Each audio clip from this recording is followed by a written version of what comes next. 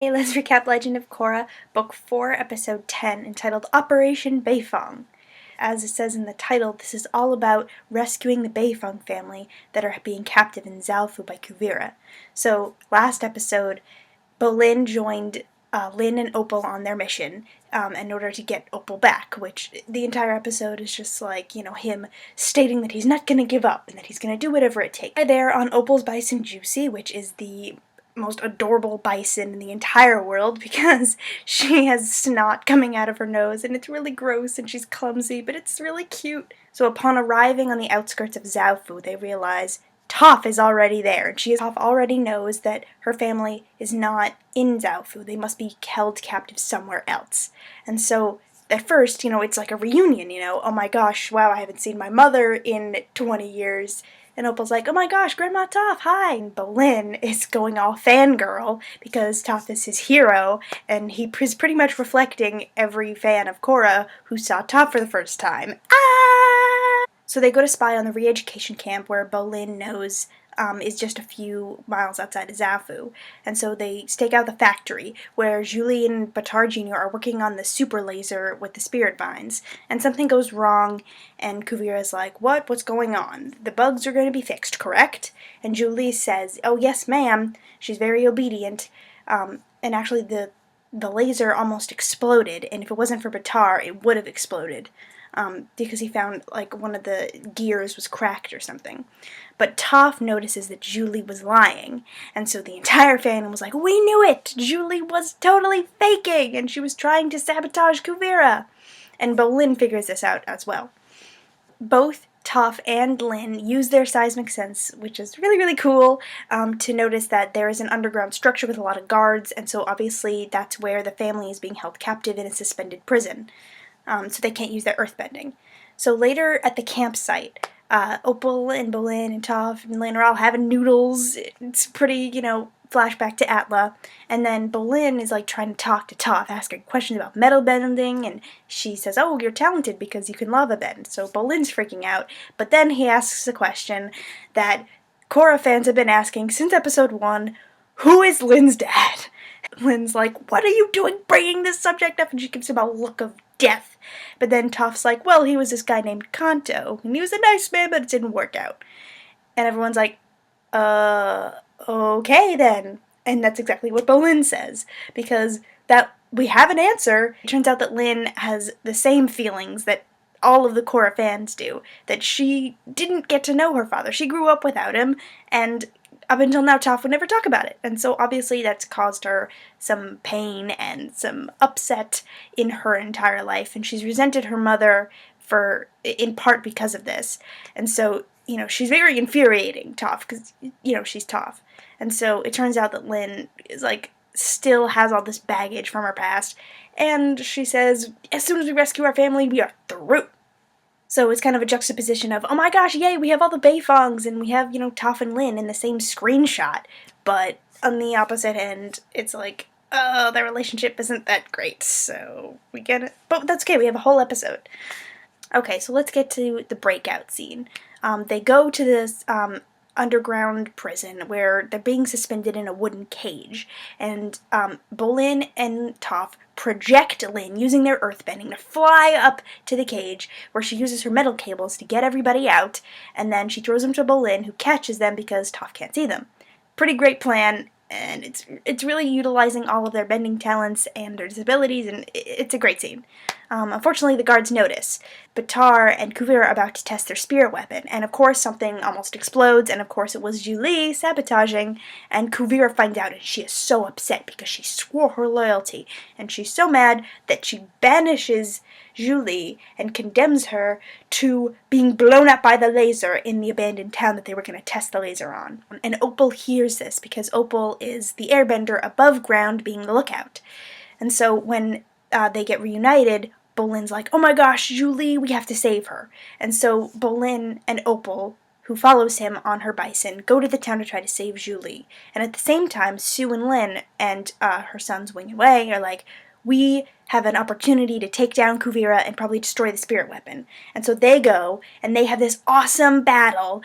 there's a lot of earthbending, and they form a circle of, like, as a barrier, and they're all, staying behind the earth barriers, but they're, like, using their middle cables, and it's really great.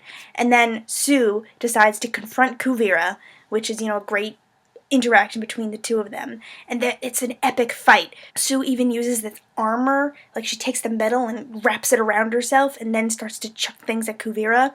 Kuvira wins, of course, and she, throws Sue off of her tank. And that's when Toph shows up, because she's like, "You guys can't do anything. This is how you take down an army." Earthquake.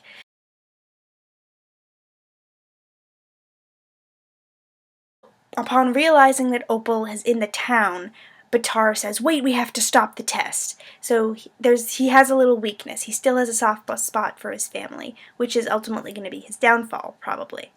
Kuvira says, "No, we blow up the town." So good news is that it misses, thanks to the attacks by the Beifongs. And Toph, being the awesome earthbender that she is, she points her finger up at Kuvira and says, "You give metalbenders a bad name."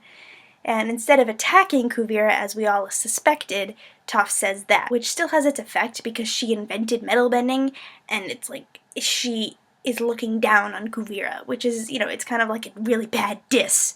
And so, it wasn't the battle we were expecting, but it was pretty tough. And at the end, Lynn apologizes to her mom. They kind of make up because Toph said, "I know I was a bad mother, and if you can just find a way not to hate me, that'll be enough."